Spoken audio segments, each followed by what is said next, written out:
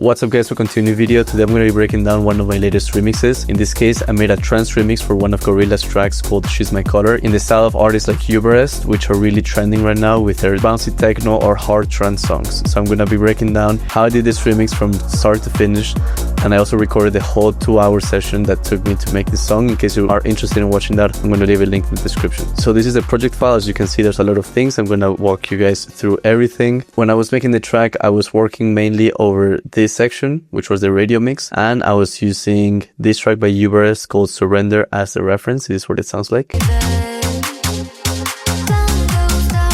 And this is the main drop here.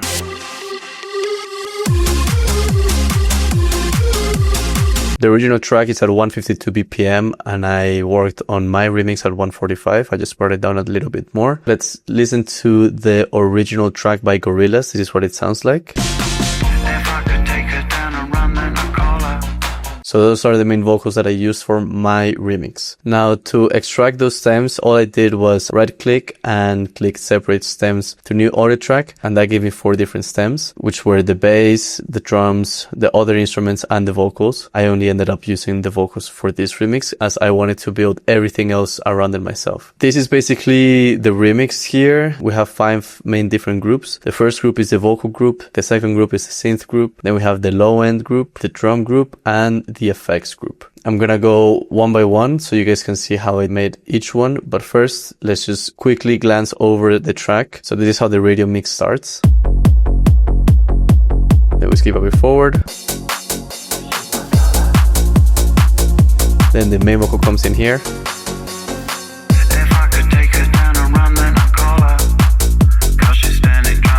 Then the main lead comes here. Then we have a breakdown here.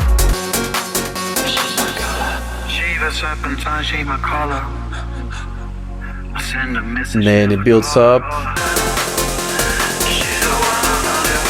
And the main drop comes right here.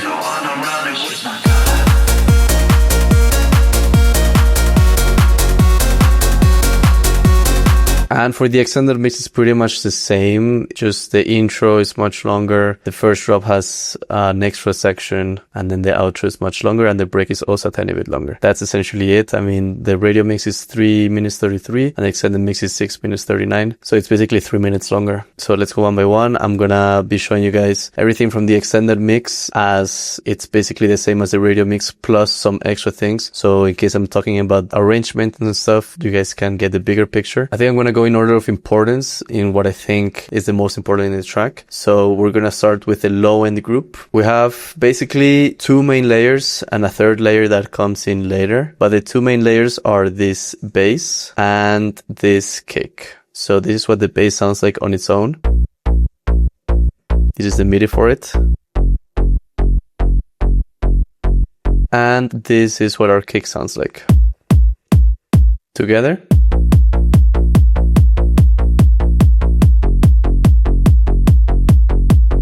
Initially, I was playing with a lot of different kicks. This was the very first kick that I tried. Then I had this other version, but I ended up going with this one as for the final version. It just sounded the best to me overall when I played it in different sound systems and I was referencing the track. The kick consists of 2 different layers. One of them is just this main kick from a pack from Flowfat. I equalized it a little bit, and then we also have this top layer that I also equalized, and I clipped it, and then both together. And that's our kick. Then the bass comes also from 2 different layers. So this is the body and this is the top. The body sounds like this. This is where most of the power of the bass is. And this is a top layer. So just 2 different presets stacked one on top of each other. The top layer is equalized to this point, and I also automate the filter at certain parts. So you can see the body of the bass stays without any automation. I just have some sidechain and auto filter in the whole rack from the 2 sounds, which I mostly use. When I remove the kick, I also filter the bass out and remove some of the low frequencies. So it sounds like this. Then kick comes out. bass gets filtered, and then it comes with more power again. Here in the intro for the extended mix, I have a separate channel that just has the kick with a high pass filter like this, and I made the kick much shorter, because if I kept it with the same length as the main kick, we really heard that distortion, and I didn't want that in the intro. As you can hear it here, it sounds very clean, but if I were to keep it like this, you hear that distortion, and I didn't want that, so I prefer to have it short. And the same thing with this other layer. There's some extra noise in there, so I just made it a tiny bit shorter, and then it comes back to normal. Then later on, we have a second kick that comes in just during the build-up, which is for this breakbeat that accompanies this loop. And this is the kick. Just very simple pattern to go alongside this drum break. And then the last element in our low-end group is this Reese bass that comes in the break and opens up as the build-up goes, and then it gets also filtered in the drop. I also have it sidechained to that drum beat kick and to the main kick when it drops. So those are all of the elements from our low-end group. Let's just play it back from here so you can hear all of them together. Right now we're also hearing some of the endless smile, so I'm going to turn it off. This is for the build-up.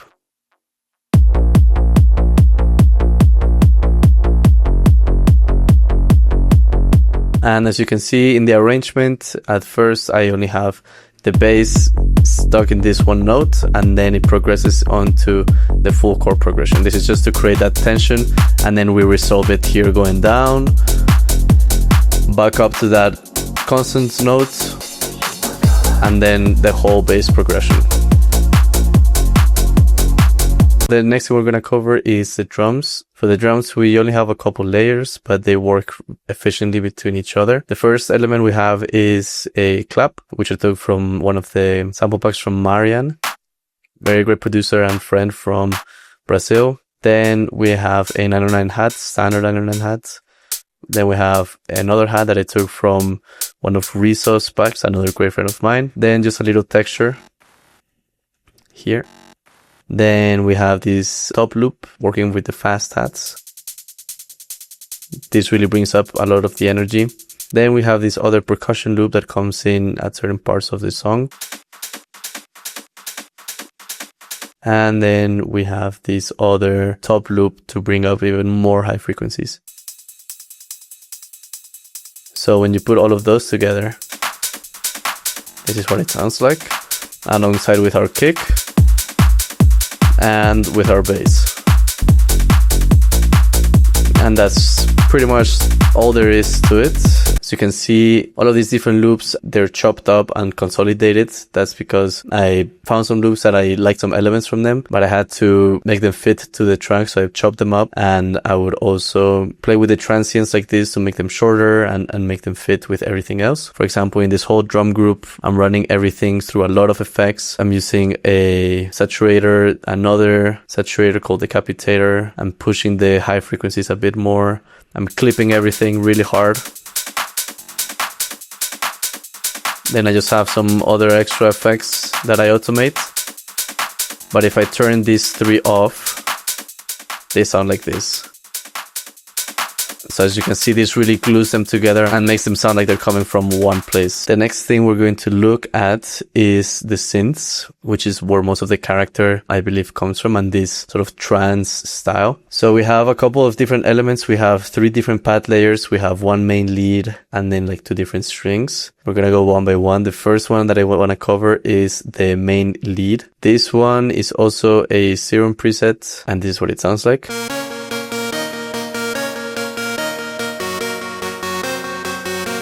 This is the MIDI for it.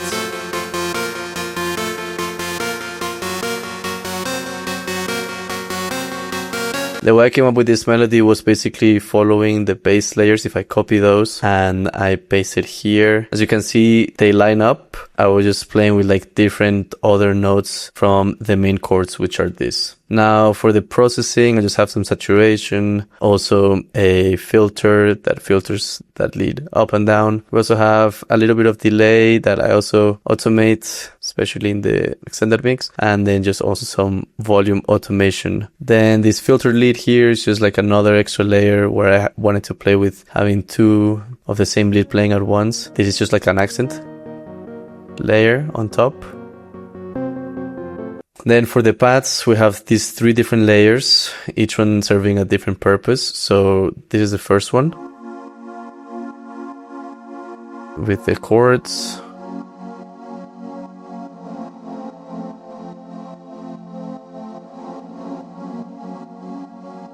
Then we have this other one on top. Then we have this other layer that goes under it. And then we have this third layer that plays a lot with the automation. So this is for one section of the track, this is for another section.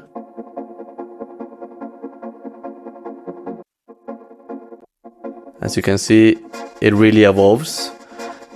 All of these presets come from Serum as well. Each one has different things that you could automate. The first 2 I didn't automate, and this third one is the one I automated the most from these different macros here to get those rhythms. And then lastly, we just have a very, very simple string here. String number 1 and string number 2. One layered on top of the other, and those come in on the main drop.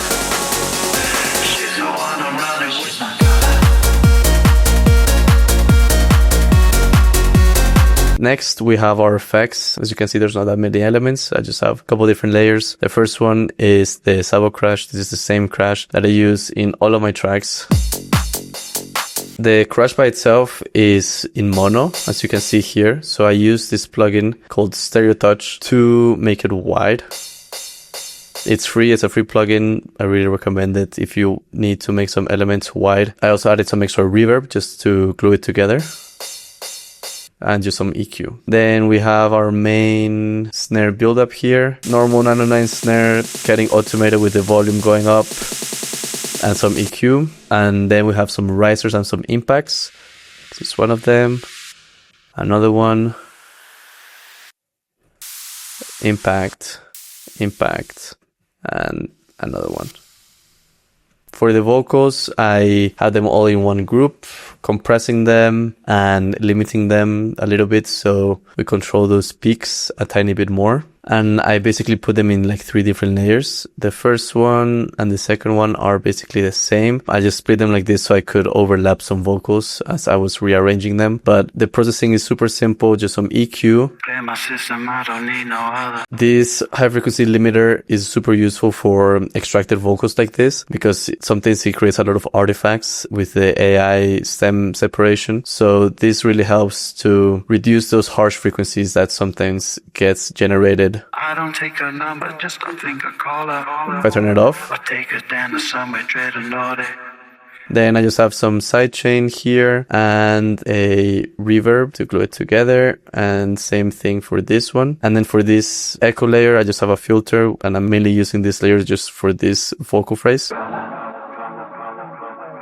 And those are pretty much all of the elements. Now I'm going to explain sort of how I automated things, how I arranged them, the thought process behind those. Let's just go press play from the beginning and I'll explain how I did everything. So we start off just with the bass, kick, and drums, and one crash at the beginning. This is the high pass kick, and then this is the bass. The bass is still filtered here, but the main kick came in already. The drums are still the same, and then here we have 2 more drums that are going to come in, and then the main bass is going to get the full frequencies. As you can see, it feels much bigger there. Then also some of these pads start to come in with some volume automation going up and some filter automation. We get the first vocal phrase right there. And now here we are moving from this sustain note onto the main progression.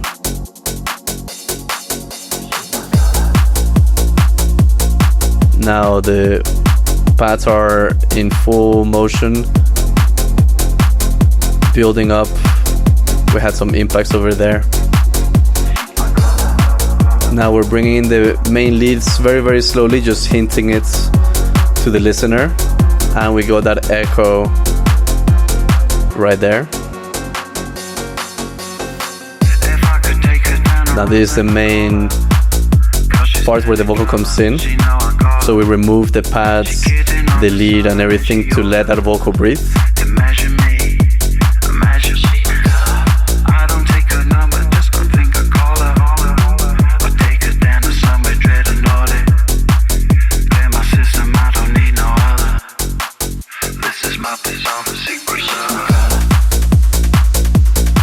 Now the pads come back in here and we add this new perk loop just to add some extra variation to the drums. Here we're gonna hint back at the melody and this other vocal phrase.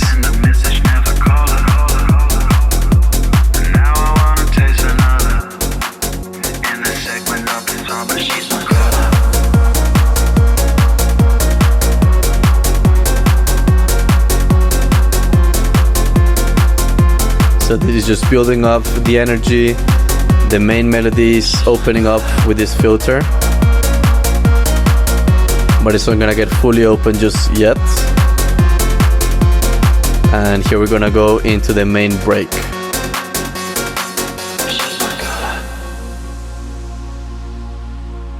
Here the automation is to remove the sidechain from the pads so they wouldn't get that pumping effect. And the re-space doing its job right there. Breakbeat comes in and we have the crash. The break kick comes in with some strings and some other drum elements, and this is going to be our main build-up. This is where all of the elements are starting to come together. As you can see, they're rising in volume.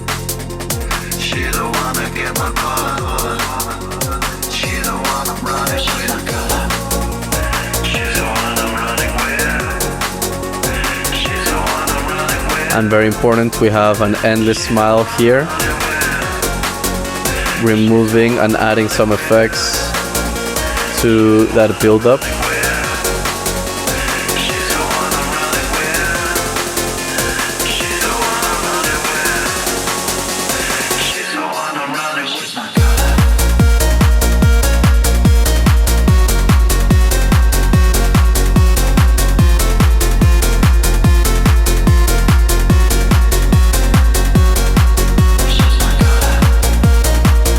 And for example, here you're gonna see when the kick gets removed, the low frequencies from the bass also get removed, and then they come back in stronger.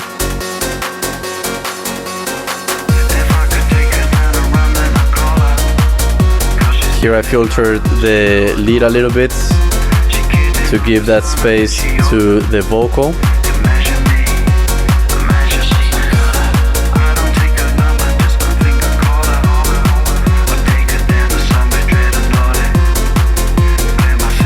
And here we remove the main lead and just leave some hits of it. And here's where we start going into the outro of the song.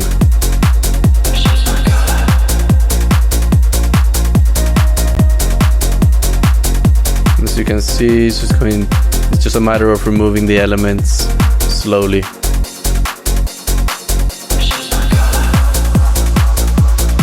Here I need to add this, and here as well.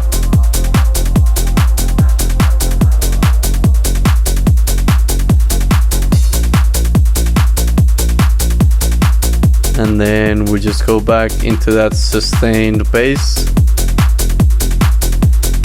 and we remove some more drum elements.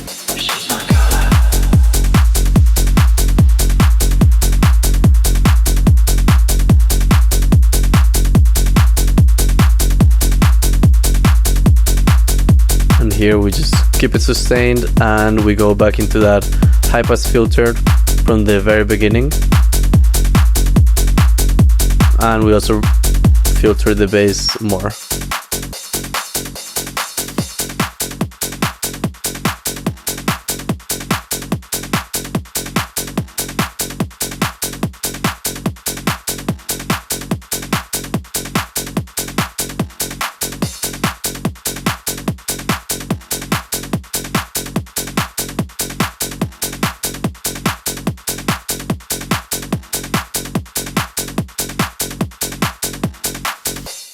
That's pretty much the whole arrangement. Now for the mastering, as I said, I have an endless smile here at the beginning of my master chain, and the rest of the mastering is super simple. I'm just limiting here when it gets super loud, just controlling those peaks. I could even push it a bit more. And then I'm just doing a little bit of compression, a little bit more of limiting here.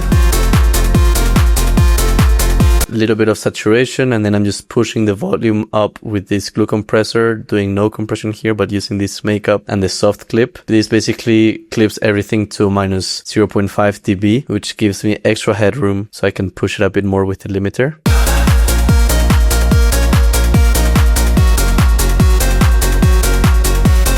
And as you can see, if we open up span and the U-lean loudness meter,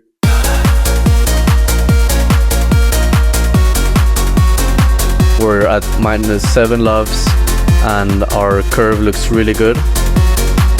I'm a firm believer that mastering should be really easy as long as you just make sure you have everything controlled within the sounds themselves or the groups. That's why I do a lot of clipping in the separate groups. For example, the drum group, once again, as you can see, if we didn't have that clipper right there, it would be hitting at like -11 dB.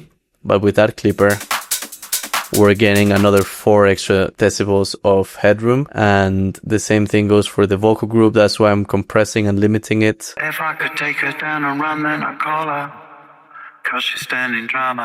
Just so we make sure that we have all of the headroom that we can to push things further. And yeah, that's pretty much the whole track. As I mentioned in the intro, I also filmed the whole 2-hour session where I made this track in case you guys want to get more in depth and see how I did everything start to finish. If you want to learn music production with me and have one-to-one sessions, make sure to shoot me a DM on Instagram at @SaboLimit or fill the form in the description. I will see you guys in the next video.